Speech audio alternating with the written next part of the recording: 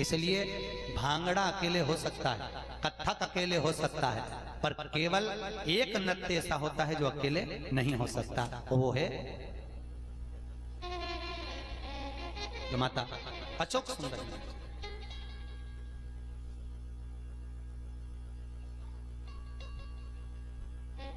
अशोक सुंदरी ने गरबा,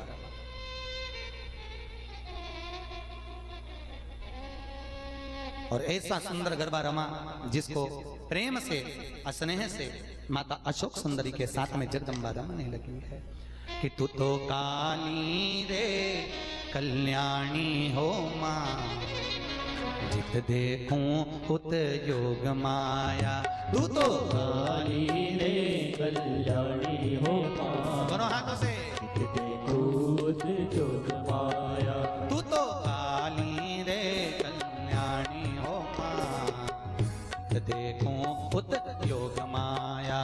तू तो काली रे कल्याणी हो माँ, जित देखूं उत योग माया। ये माता अशोक सुंदरी का गरबा बड़े प्रेम से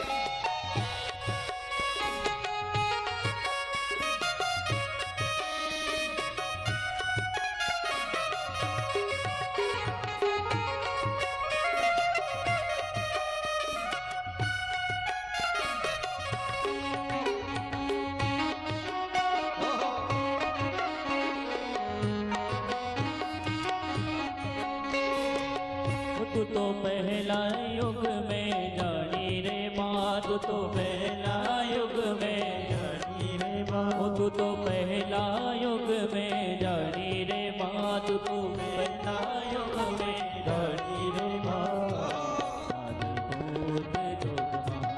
तू तो काली रे कल्याणी हो माँ, ओ तू तो काली रे कल्याणी हो माँ, देखूं उत योग माया। तू तो काली रे कल्याणी हो माँ, तेरे गोद योग माया।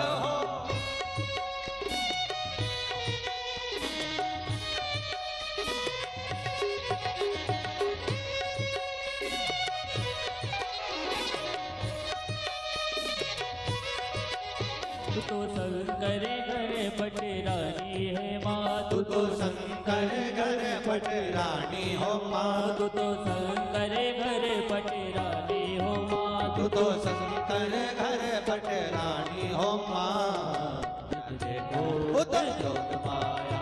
तू तो काली रे कल्याणी हो माँ, तेरे गोद योग माया। तू तो काली रे कल्याणी हो माँ, देखो उत योग माया। ओहो।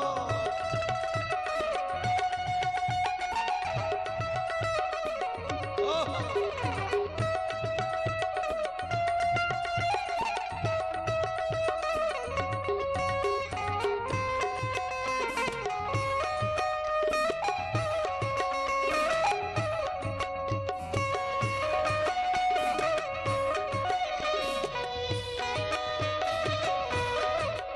तू तो सत्य करण के जानी रे माँ, तू तो शक्ति करण की दानी हो माँ, तू तो सत्य करण के जानी रे माँ। तू तो शक्ति करण की दानी हो माँ, जित दे उत योग माया। तू तो काली रे कल्याणी हो माँ, तेरे गोद योग माया। ओ तू तो काली रे कल्याणी हो माँ, उत योग माया। तू तो काली रे कल्याणी हो माँ, तेरे गोद योग। हर हर महादेव हर। भगवान शिव ओगड़ी दातार दयालु जब वापिस लौट कर आए, आते से ही भगवान ने पूछा, ये पार्वती ये कन्या कौन है? ये कन्या है कौन? भगवान जैसी पूछे तो पार्वती मैया बोली, ये अपनी पुत्री है, बेटी है। बेटी? हाँ, ये अपनी बेटी।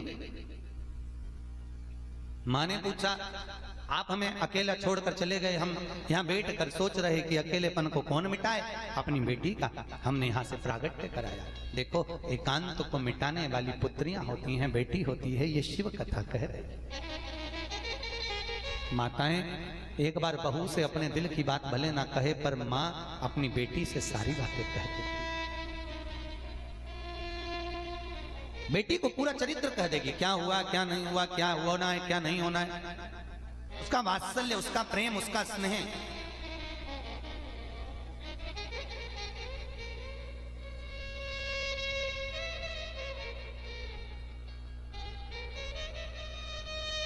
दो गाय एक जैसी काठी, एक जैसे नयन, एक जैसी पूंछ, एक जैसे चरण, एक जैसा सींग, एक जैसा कलर, एक जैसा स्वरूप, एक जैसा स्वभाव। दो गाय, दोनों गायों को लेकर एक ब्राह्मण आया और ब्राह्मण ने आकर एक जैसा स्वरूप लेकर, जब ब्राह्मण आता है और ब्राह्मण आकर कहता है कि उसी समय पर ब्राह्मण ने कहा कि ये दोनों गायें एक जैसी है, ये दोनों का स्वरूप एक जैसा है, ये दिखने में दोनों एक जैसी हैं, पर अरे महाराज, मैं सारे नगर नगर घूम कर आया हूँ, सारी पृथ्वी घूम कर आया हूँ, पर आज तक मुझे नहीं मालूम पड़ा कि इसमें माँ कौन सी है और इसकी बेटी कौन सी है।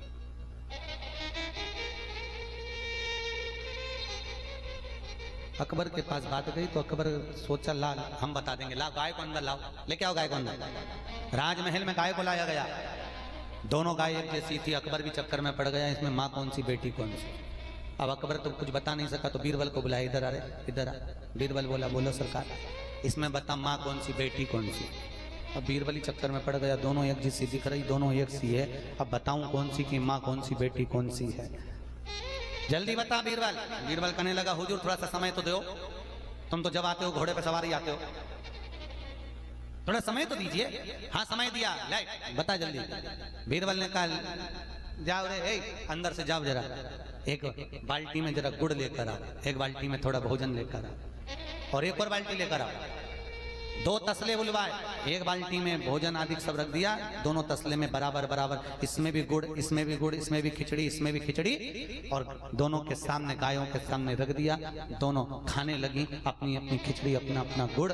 खाने के बाद एक गाय पूरा खा गई, और खाने के बाद में जो दूसरा बर्तन था उसमें मुंह मारने आ गई। 2 बार मुंह मारा तो जो पहली गाय थी वो हट गई और दूसरी गाय उसमें खाने लगी। तो अकबर के सामने बीरबल ने कहा, हुजूर पहचान हो गई, ये जो दूर खड़ी है ये माँ है, और जो खाने के लिए बर्तन दे दी है वो बेटी है।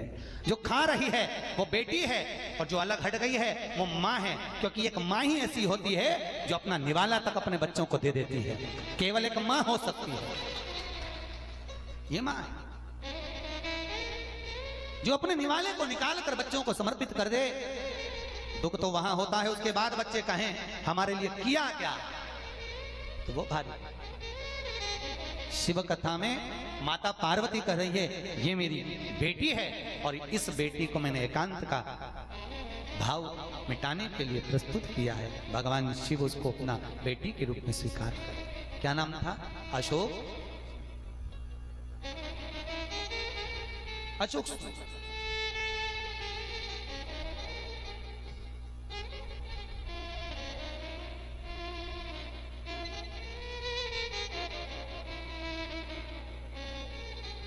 सबसे ज्यादा लगाव था इस अशोक सुंदरी का, सबसे ज्यादा लगाव था गणेश जी महाराज की बेटी के बच्चों से। इसके गणेश जी महाराज की बेटी संतोषी और संतोषी के 2 पुत्र आमोद और प्रमोद, सबसे ज्यादा लगाव था आमोद और प्रमोद का अशोक सुंदर। बहुत समय आया, आगे जो चरित्र आया, भगवान शंकर माता पार्वती के कहने पर जगदम्बा जी बोली, प्रभु मैं चाहती हूं अपन दोनों के अवतार एक साथ पृथ्वी पर अवतरित हों। तो भगवान शिव ने माता पार्वती के साथ में 10 अवतार लिए हैं। पहला महाकाल, माता पार्वती बनी महाकाली। दूसरे नंबर पर भगवान शिव बने तार और माता पार्वती बनी तारा देवी। भगवान शंकर बने बाल भुवनेश और माता पार्वती बनी भुवनेश्वरी। चौथे नंबर पर भगवान शंकर बने श्री विदेश और माता पार्वती बनी श्री विद्या। फिर पांचवें नंबर पर भगवान शिव बने भैरव और माता पार्वती बनी भैरवी। छठे नंबर पर भगवान बने छिन्न मस्तक और माता पार्वती बनी छिन्न मस्ता। फिर सातवें नंबर पर भगवान बने ध्रुमवान और माता पार्वती बनी ध्रुमावती। आठवें नंबर पर भगवान बने बगलामुख, माता पार्वती बनी बगला मुखी। और फिर भगवान बने मातंग तो माता पार्वती बनी मातंगी। भगवान शिव बने 10वें नंबर पर कमल और माता पार्वती बनी कमला। ऐसे भगवान शंकर के 10 अवतार माता पार्वती के साथ में हुए। माता पार्वती एक बार भगवान शिव तप कर रहे थे, साधना में लीन थे। वहीं पर सुरभि गाय निकल कर जा रही थी, अपने बछड़े को दूध पिलाती हुई जा रही थी। बछड़े को दूध पिलाते समय सुरभि गाय का जब बछड़ा, बच्चे जब दूध पीते हैं ना गाय के बछड़े, आप देखिएगा तो वो बछड़े जब दूध पीते हैं तो उनके मुख से फेन निकलता है। दर्शन किए? कौन कौन कर हाथ उठाओ जरा, सबने करे? अरे वाह, देखिए बहुत बढ़िया। गौ माता जब अपने बछड़ों को दूध पिलाती है तो गाय के बछड़े के मुख से दूध पीते समय फेन निकलता है। फेन निकलता है, वो फेन हवा के साथ में उड़ा और भगवान शिव को जाकर लगा। भगवान शंकर को क्रोध आ गया। शंकर भगवान को क्रोध आया और जैसे ही क्रोध आया भगवान शिव उस बछड़े को त्राण देने के लिए खड़े ही हुए थे। इतनी देर में माता सुरभि गाय को क्रोध आ गया और सुरभि माता ने भगवान शंकर को तेज श्वास लेकर अपने अंदर खींच लिया।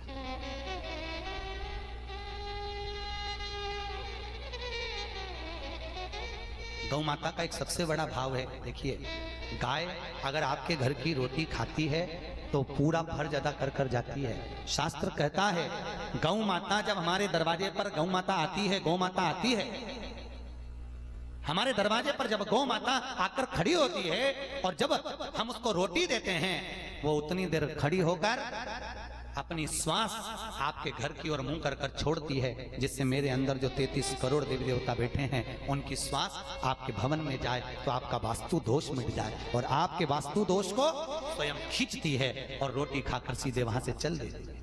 आपके घर के वास्तु दोष को आज भी जिसकी मकान का वास्तु पूजन होता है, नई बिल्डिंग का वास्तु पूजन होता है, नई फैक्ट्री का वास्तु पूजन होता है, तो ब्राह्मण कहते हैं इस वास्तु पूजन में 2 दिन तक गाय बांध कर रखो। बांध कर नहीं रख सकते तो वास्तु पूजन के पहले घर में परिवार में जहां पर वास्तु पूजन है वहां गाय को घुमाया जाता है, गौ माता को घुमाते हैं, उसका चरण रखा है, उसकी श्वास रखा है, इतना फर्ज जाता है।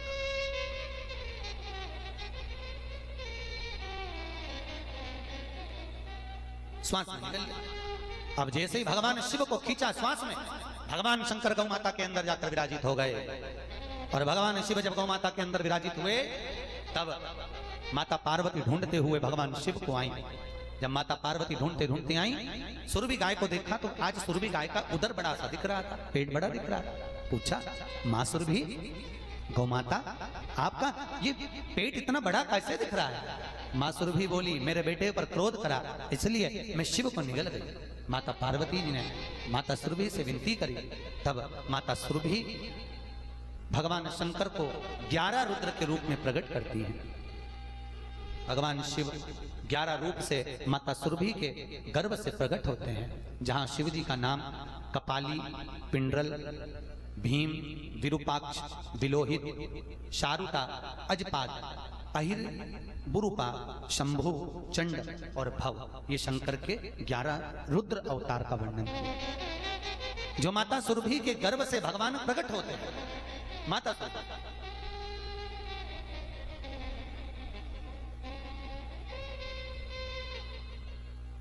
इधर वर्णन आया, भगवान गणेश जी महाराज जब घूमने के लिए निकले तब माता पार्वती से कहा, मां मैं किसके साथ में खेलूं, मैं किसके साथ में रहूं, किसके साथ? तब भगवान गणेश का शब्द सुनकर माता पार्वती ने गणेश को चूहे का संग प्रदान किया। वह जानते हो? एक क्रोंच नाम का गंधर्व, क्या नाम था? क्रोंच। क्रोंच नाम का गंधर्व घूम रहा था सुमेरु पर्वत पर। भगवान सोबरी ऋषि अपनी धर्म पत्नी मनोमयी के साथ में शिव जी की आराधना कर रहे हैं, भगवान शंकर की पूजन कर रहे हैं, स्मरण कर रहे हैं। शिव आराधना में लीन थे। नमामि शमीशान निर्वाण रूपम।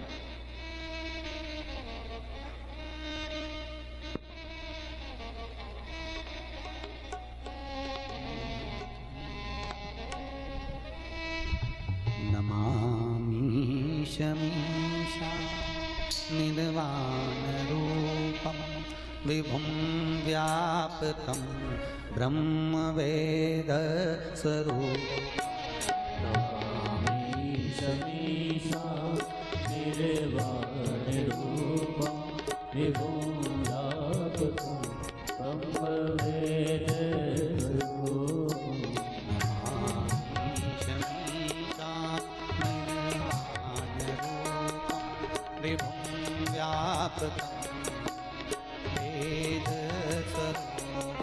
सब बोलिए।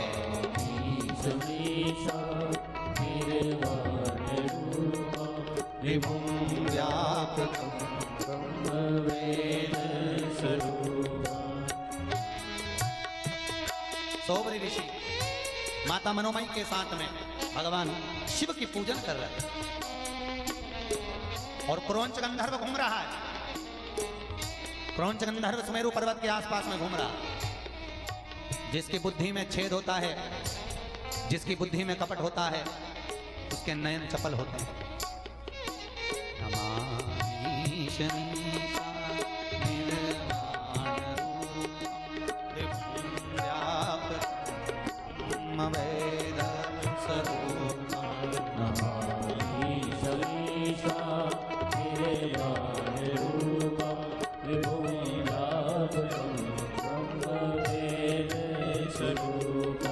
निजं निर्गुणं निर्विकल्पं निरीहं। निजं निर्गुणं निर्विकल्पं निरीहं।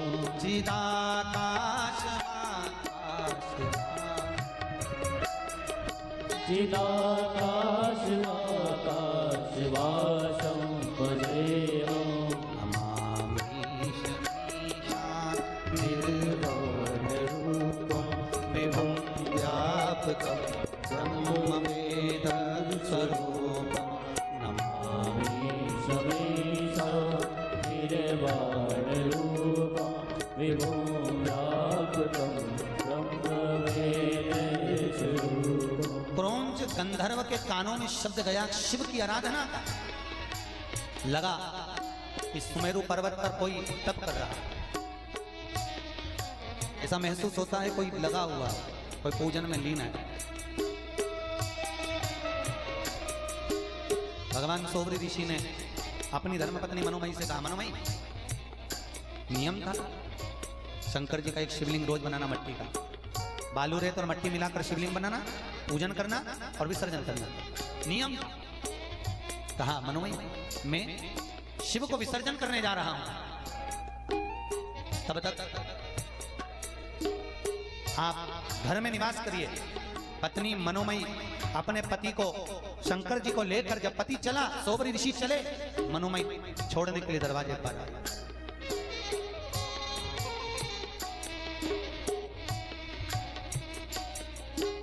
सोबरी ऋषि तो मन में लीन, निराकार मोकार मूल तुरीयम्। निराकार मोकार मूलं तुरीयम्।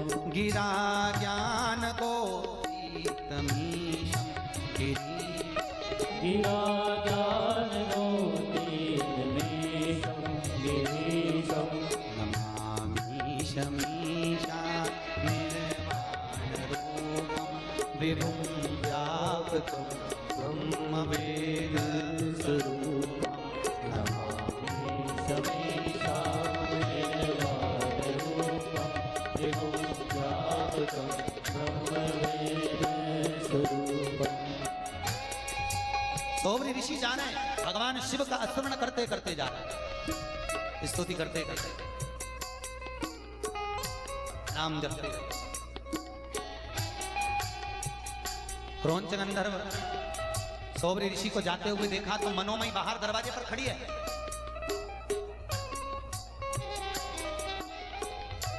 और मनोमयी दरवाजे पर खड़ी होकर सोबरी ऋषि को विदा करी। जब शिव जी को लेकर चले, क्रौंच गंधर्व का आगमन हुआ। ध्यान नहीं कर पाया, बस सुंदरता देख लिया। अब उसको ये नहीं मालूम कि ये शिव कालों के काल महाकाल की उपासना करने वाले। करालम महाकाल काल कृपाल, करालं महाकाल कालं कृपालं, गुणागार संसार भार, गुणागार संसार पारं नतोऽहम्।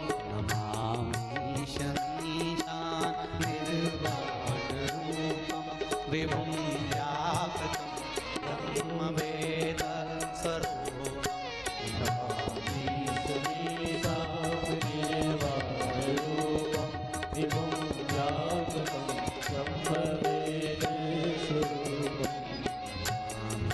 शमीशान निर्वाण रूपं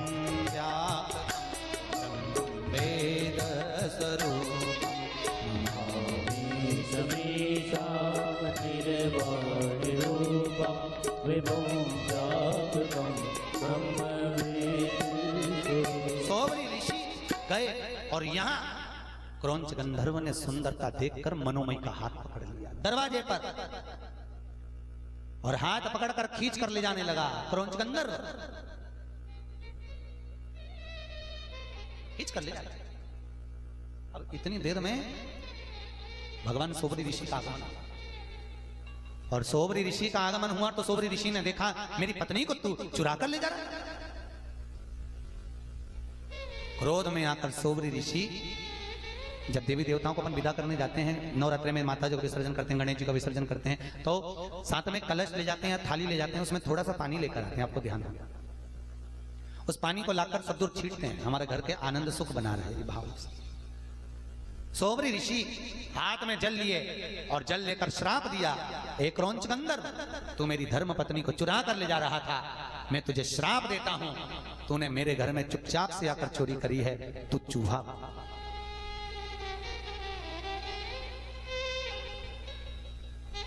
चोर है ना पृथ्वी पर, तू चोरी करेगा। चूहा क्या करता है? अरे बोलो तो, चोरी करता है ना। उसको कोई निमंत्रण देता है कि तू आ? नहीं, आपके घर में हो सके निमंत्रण दिया, चूहा महाराज आ जाना है, बैठ जाओ आकर।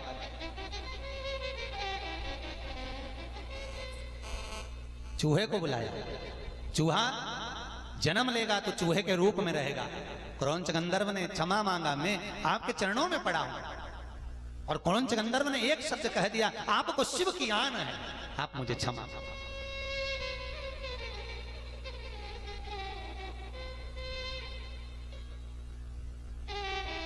भगवान सोबरी ऋषि ने सोचा मैं शंकर जी का तो विसर्जन करके आ रहा हूं, शिव की आराधना करने वाला, और आज ये शिव की आन दे रहा है, तो कुछ तो करना पड़ेगा। शंकर का उपासक अगर शिव की आन सुन ले, पहले तो शास्त्र के विमुख है, किसी देवता की कसम खाना ये श्रेष्ठ नहीं होता। लोगों का तो ऐसा फालतू प्रश्न है, लोग तो बस उठाया मुंह में तो भगवान की सौगंध खा रहा हूं, मैं तो उस देवता की सौगंध खा रहा हूं। अरे अपनी लुगाई की सौगंध खा, बच्चों की खा, पति की खा, पर नहीं सौगंध भी खाएंगे तो भगवान की खाएंगे, भगवान तो फ्री बैठा है। क्रौंच, मैं शिव की आराधना कर कर आ रहा हूं, और तूने मुझसे क्षमा मांगी है, क्षमा तो मैं नहीं कर सकता, पर इतना जरूर कहता हूं कि जिस शिव की तूने आन दी है, उन्हीं का पुत्र गणेश तेरे साथ में रहेगा, तुझे अपने साथ में रखेगा, और उसकी पूजन होगी तो साथ में तेरी। तो जो गणेश जी के पास में चूहा है वो कौन है? जम के बोलो, क्रौंच गंधर्व। कई लोग तो पूछते पूछते जिंदगी निकल जाती है तो नहीं मालूम पड़ता चूहा कहां से आ गया, बाजू कैसे। क्रौंच गंधर्व है जिस चूहे के रूप में निवास कर रहा है, राज भी चोरी कर रहा है। चोर कौन? श्रीमद् भागवत में वर्णन किया गया कई चोरों का, कई चोरों का। कहा पहले नंबर का चोर जो भगवान को दिए बिना स्वयं खा ले, वो भी। अरे बोलो तो, भगवान को दिए बिना जो खा रहा है वो चोर है। कितना सुंदर कहा गया, अगर बाजार में से चीकू खरीदा, बाजार में से नया आम आया, बाजार में कोई नया फल आया, सबसे पहले किसको देना चाहिए? भगवान। खरीदो, हमारे यहाँ तो शास्त्र कहता है उसको चखा भी नहीं जाता, पहले भगवान को समर्पित कराया जाता है। घर में अचार बना, खाने से पहले भगवान को समर्पित करिए। घर में मठरी बनाई, बालूशाही बनाई, भगवान के लिए पहले समर्पित हो। शास्त्र कहता है अपने वस्त्र भी खरीद कर लाओ दीपावली के लिए, पहले भगवान को समर्पित कर दो। क्यों? भगवान अगर एक छाछ को भी समर्पित कर देते हैं तो छाछ में स्वाद आ जाता है। सत्यनारायण भगवान का पंजेरी को बनाकर देखना, एक पंजेरी सत्यनारायण जी के सामने रख दो, आटा से कर शक्कर मिलाकर एक पंजेरी अलग रख दो, जो सत्यनारायण भगवान के सामने रखा है उसमें स्वाद बढ़ गया। पंचामृत में स्वाद आ जाता, भगवान के सामने रखा स्वाद बढ़ गया। अपने वस्त्र खरीद कर लाओ, भगवान को चढ़ाओ। क्यों? भगवान को चढ़ाएंगे, प्रसाद हो जाएगा, पहनेंगे, लोगों को पसंद आएगा, भले वो 50 रुपए का क्यों ना हो, पर पसंद आएगा।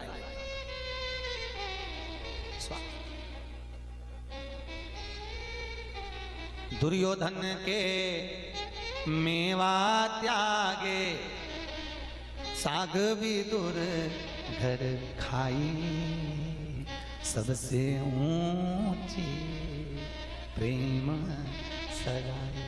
क्या था? दुर्योधन का मेवा त्याग कर विदुर जी के घर विदुर जी रोज कहते थे विदुरानी कभी ना कभी ठाकुर आएगा, जरूर आएगा। विदुरानी ने कहा आएगा तो मैं नई पलंग बनवा के रखूं। उसने नई पलंग बनवाई। पलंग देखी है? ऐसी लकड़ी की नहीं, आसपास में लकड़ी की पाटी, बीच में रस्सी, नई पलंग। पहले चलती थी ना खटिया पलंग। और आज भगवान आ गए, दरवाजा बजाया, विदुर नहीं थे, घर में कौन थी? विदुरानी। काकी कैसी हो, बस इतना तो कहना था। और काकी कैसी है? अब तो बेसी बेसी हो गई। मैंने तेरे लिए नया पलंग बनवाया, जल्दी बैठ। अब नया पलंग जहां रखा था उसी के पास में पुराना रखा था। नया तो खड़ा की खड़ा ही रह गया और पुराना पलंग बिछा दिया। और पुराना पलंग बिछाया और उसकी जो रस्सी थी उसको 14 जगह से चूहा ने कतर रखा था, पलंग की रस्सी। बैठो, आओ प्रभु बैठो। भगवान ने कहा इस पे? हाँ। विदुरानी फिर भगवान बोले इस पे बैठो। विदुरानी के नया है। भगवान बोले नया ऐसा है तो पुराना कैसा होगा? ये नया। बैठो। भगवान पार्टी थी ना, लकड़ी चारों तरफ लकड़ी थी, उसमें बैठ गए। अब बैठ गए तो विदुरानी बोली अरे अच्छे से बैठो, जरा आराम से बैठो, तुम्हारे लिए तो बनवाया, दूसरा बैठेगा क्या? आराम से बैठो। मैं तो जमीन पे बैठ जाऊंगी, तुम तो आराम से बैठो। खस को पीछे, भगवान के रहने में तो अच्छा बैठा। नहीं नहीं, खस को पीछे। अब भगवान तो भगत के बस में होता है। खसका जैसी खसका तो रस्सी सारी टूट गई। एक साथ 14 जगह की रस्सी टूटी और भगवान अंदर भरा। भगवान अंदर, पांव उधर और भगवान पीछे। और विदुरानी पूछ रही कैसा लग रहा है? भगवान बोले ऐसा लग रहा है जैसे 100 किलो की कपास के गद्दे पे बैठा, बढ़िया बैठा।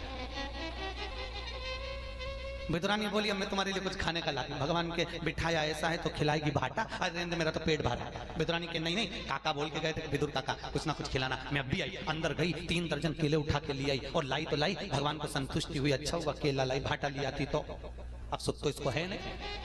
केला ले आई और केला लाकर भगवान से के भगवान केला मैं खा लूंगा। विदुरानी के नहीं नहीं, मैं छिलके दूंगी। अब उनको क्या मालूम कि पक्के में छिलके देगी, उनको क्या मालूम, मैं छील के दूंगी। अब लगी केला छीलती जा और कहती जा ये 3 दर्जन केला तुमको ही खाना है, 2 दर्जन और रखे वो भी मैं तुम्हें खिलाऊंगी। और केला छीलती जाए और छील के जो अंदर की गिरी थी उसको तो नीचे फेंक दे और छिलका भगवान को दे दे। भगवान के ये क्या है कि केला और जो नीचे पटक रही वो तो कि वो छिलका। भगवान के तुम्हारे यहाँ ऐसे खाते हैं? विदुरानी बोले और तुम्हारे यहाँ क्या दूसरी डिजाइन में खाते हैं? भगवान बोले नहीं नहीं ला अच्छा दे। विदुरानी छिलका देती जाए, भगवान खाते जाए। 2-4 केले का छिलका और छिलके उनकी जंघा पे रख दिया, 2-4 खटिया की पार्टी पे धर दिया, आराम से खा, सारा तेरे को ही खाना है। तो भगवान बोले सब मैं खा जाऊंगा तो तुम काका और काकी तुम दोनों क्या खाओगे? इतने में काकी बोली जो जमीन पे पड़ा है वो हम खा लें।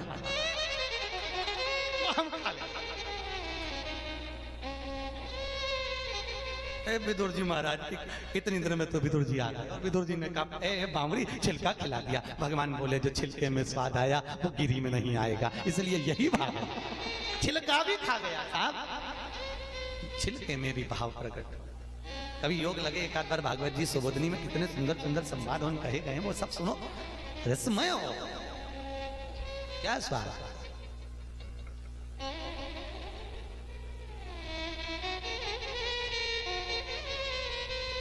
दुर्योधन के मेवा त्यागे साग भी दूर घर खाई, सबसे ऊंची प्रेम सगाई।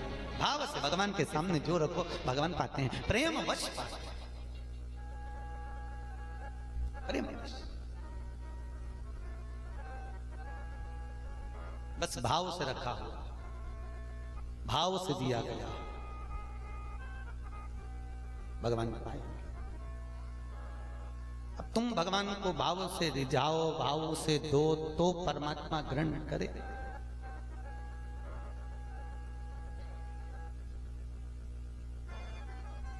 ले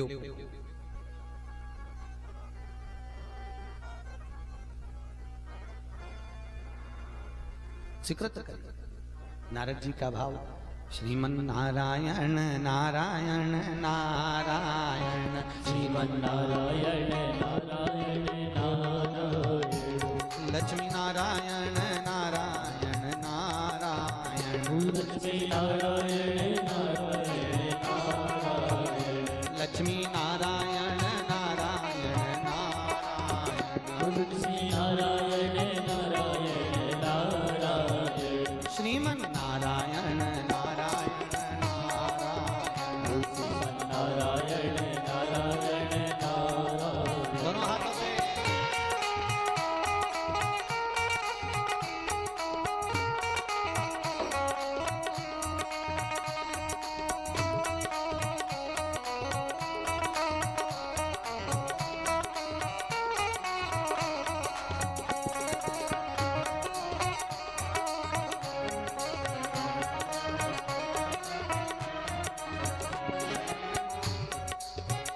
माता नारायण नारायण नारायण, माता नारायण नारायण नारायण, ओ पिता नारायण नारायण नारायण, पिता नारायण नारायण नारायण, गुरु नारायण नारायण नारायण, गुरु नारायण नारायण नारायण, हे गुरु नारायण नारायण नारायण, गुरु नारायण नारायण नारायण। बोल नारायण भगवान की हर हर महादेव हर। भगवान ओ गणितानी भाव से रीतने वाले भगवान भाव से। एक चरित्र बड़ा सुंदर यहां वर्णित किया है भगवान शिव। तो चूहा चोरी करने वाला और चोर की महिमा यहां वर्णित करी गई है। जो भगवान को दिए बिना खा ले कौन है? चोर। दूसरा, किसी के घर से जो कुछ बिना पूछे उठा कर ले जाए वो भी चोर है। कई लोगों की आदत रहती है, भागवत जी पे तुलसी चढ़ी हुई दिख जाती है, उन्होंने उठाया लिया। यहां तक कहा है मंदिर में जा रहे हो, पंडित जी नहीं है, पंचपात्र में चरणामृत रखा हुआ है, चिरौंजी प्रसाद रखा हुआ है, निवेदन है, बिना आज्ञा के उसको छुए, बिना आज्ञा के उठाया नहीं, चोरी। किसी का हृदय चुराए वो भी चोर है। और एक चोर बड़ा विशेष कहा गया, जो अपने माता पिता को दिए बिना अपने कमरे में ले जाके पत्नी के साथ अकेला बच्चों के साथ खा ले, वो भी चोर है, वो भी चोर है। ऐसे कई हैं। कई माँ कमरे में अकेली बैठी रहती है, बाप कमरे में अकेला बैठा रहता है, माँ बाप जो भी लाते हैं सबको देते हैं, और पत्नी ने फोन कर कर बोल दिया आज मेरा व्रत है, तुम आओ तो चिप्स ले आना, थोड़ा मीठा ले आना, नमकीन ले आना, फल ले आना। वो चुपचाप से लाया और अपनी पत्नी और अपने बच्चों को दिया और खुद खा गया। वो भी चोर है, वो भी चोर है। सबसे पहले माता पिता को दीजिए, जिन्होंने अपना भोग निकालकर खुद ने नहीं खाया। माँ, बच्चा रोता दिखता है तो पहले स्तनपान कराती है, रोटी तक नहीं खाती है। अपना भाग माँ बाप बच्चों को प्रथमता में देते हैं। इसलिए बच्चों से निवेदन है, अपने पत्नी के कमरे में सामग्री ले जाने से पहले माता पिता को उसमें से थोड़ा निकाल कर दो। भले भाइयों को मत दो, माना नहीं पटे मत दो, माना देवरानी से नहीं पटे मत दो, पर माँ बाप तो सबके हैं। माना माता पिता भेद करते हो कि वो बड़े को चाहते हैं कि छोटे को चाहते हैं, फिर भी है तो माँ बाप। माँ ने दूध पिलाने के समय पर भेद नहीं करा कि मैंने छोटे को ज्यादा पिलाया कि बड़े को ज्यादा पिलाया, मैंने मंजले को ज्यादा पिलाया कि संजले को ज्यादा पिलाया। उसने सबका परवरिश एक बराबर रखा है, सबका परवरिश एक बराबर करा है। कैसे? माता पिता। जिस घर में माँ बाप की इज्जत नहीं होती, जिस घर में माँ बाप की इज्जत नहीं होती, उस घर में देखना कभी बरकत नहीं होती, उस घर में देखना कभी बरकत नहीं हो। जहां माता पिता का आदर ना हो, बहुओं को लगता है हमारी सास बड़ी को चाहती है, बड़ी को लगता है छोटी को चाहती है, छोटी को लगता है मंजली को चाहती है, मंजली को लगता है संजली को चाहती है।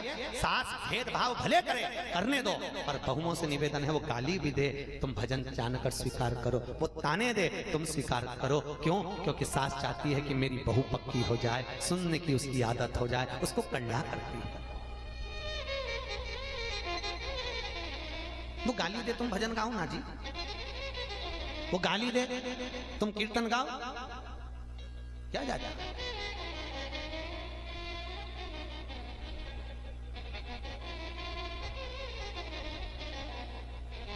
मध्य प्रदेश में गांव है धार, वहां राजगढ़ है पास में लगा हुआ।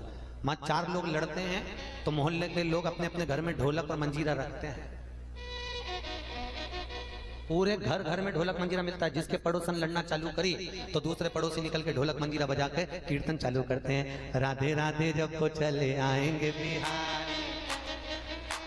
वो लड़ रहा है और ये अरे बोलो तो कीर्तन गा रहा। ईमानदारी से बोलो, लड़ने में मन लगेगा?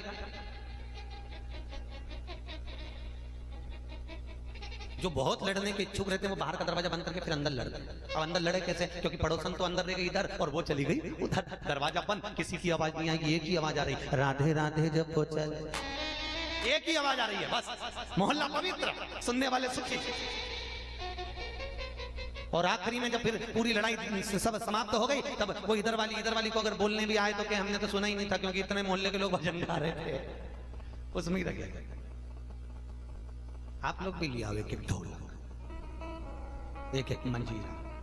और हमारा तो निवेदन है, आज का समय लड़ाई के लिए है ही नहीं। कितना कितना जमाना बदल गया। सास गाली दे तुम हेडफोन लगाओ भजन सुनो।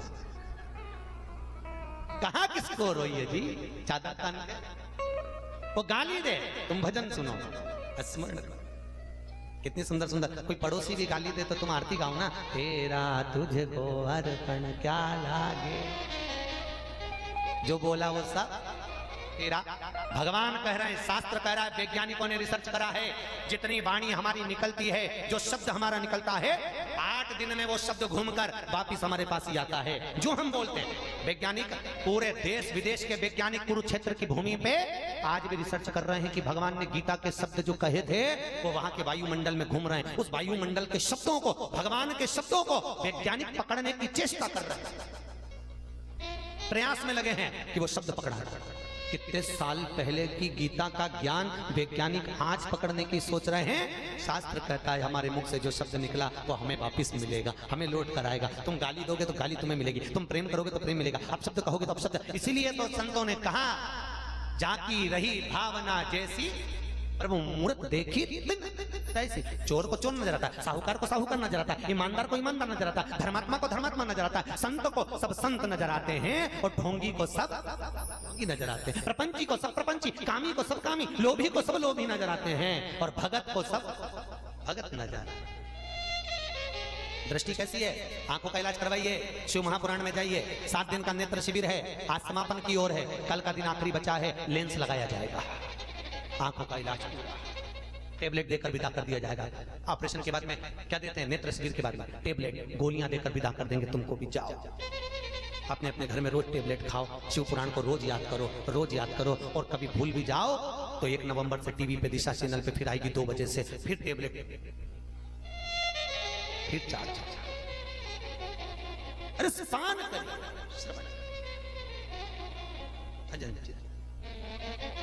चोर भगवान को दिए खाने पर भी चोर हो,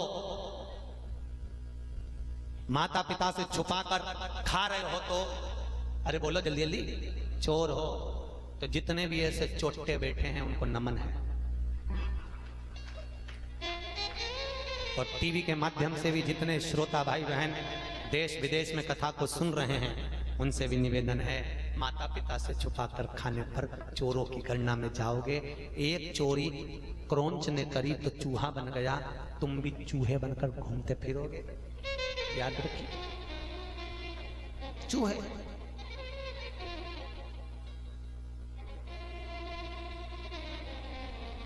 अब फिर आगे जो चरित्र आया, भगवान शंकर ने गजासुर को मारा और उसकी जन्म को भगवान ने धारण किया। सुचिष्मती नारी ने भगवान शंकर से उनके ही जैसा पुत्र मांगा तो गृहपति का जन्म हुआ। फिर आगे चरित्र आया, भगवान शंकर के ही तेज पुंज को पवन देव ने माता अंजना के गर्भ में स्थापित किया। इसका पुंज है भगवान शिव।